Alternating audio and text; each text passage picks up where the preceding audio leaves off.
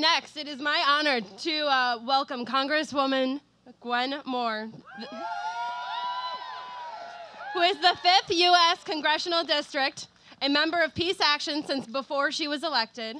And since she was with us here last year, she has done everything we have asked her to do, including calling for impeachment.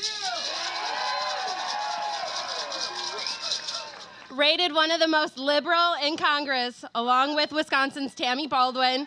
Let's hear it for our sister, Gwen Moore.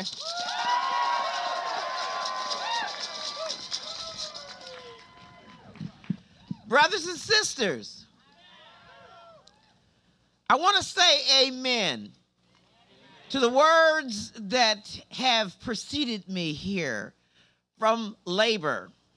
I want to say amen to the words that have preceded me here from Julie Inslow. I want to say amen to our brother Atta, who has spoken here. I want to say amen to the words that our students have presented before us here today.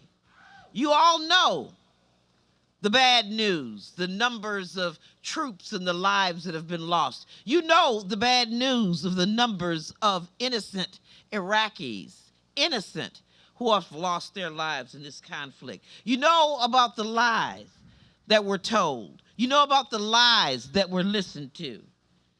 And I'm telling you, you know that we have over 300 days left in the reign of George W. Bush.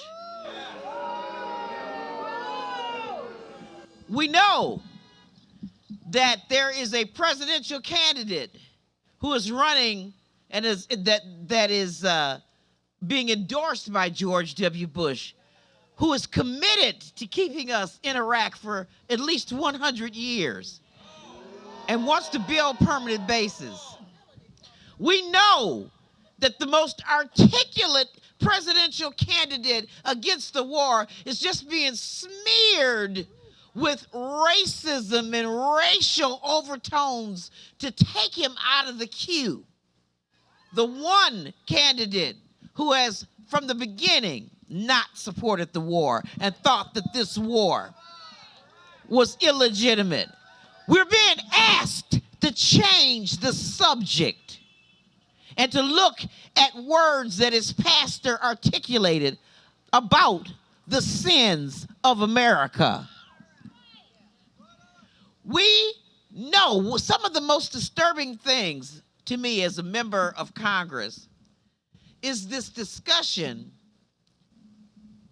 about negotiating with the Iraqi parliament on staying in Iraq for a long time. That is why, most recently, I've become a co-sponsor of H.R. 4959. It's called the Iraq Strategic Agreement Review Act of 2008, and it would make it clear that before any administration, whether it's this one or another one, goes into any agreement about permanent military activity in Iraq, that they'd have to get the explicit approval of Congress.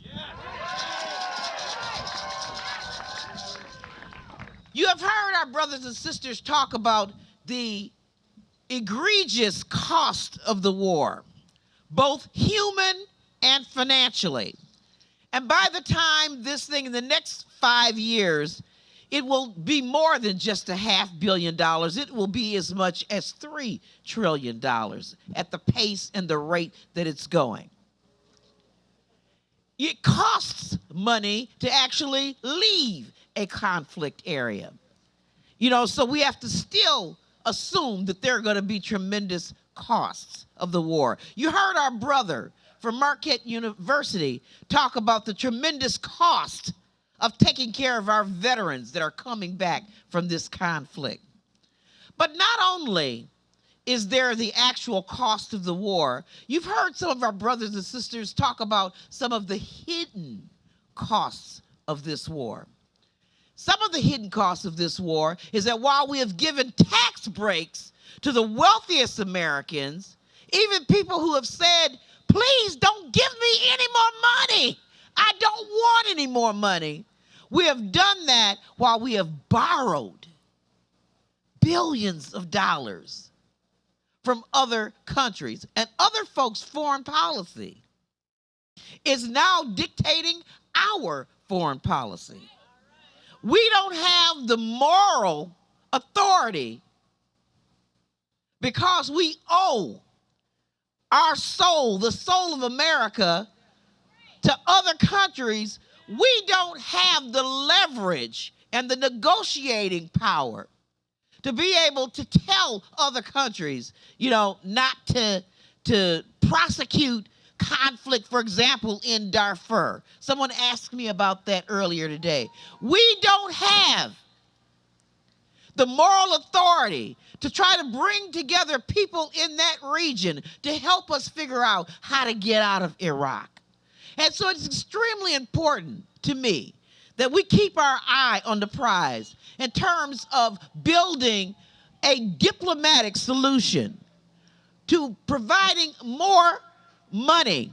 That is why I signed on to Barbara Lee's budget amendment that would reduce our military spending by about $68.7 billion and spend more money on diplomatic efforts in that region.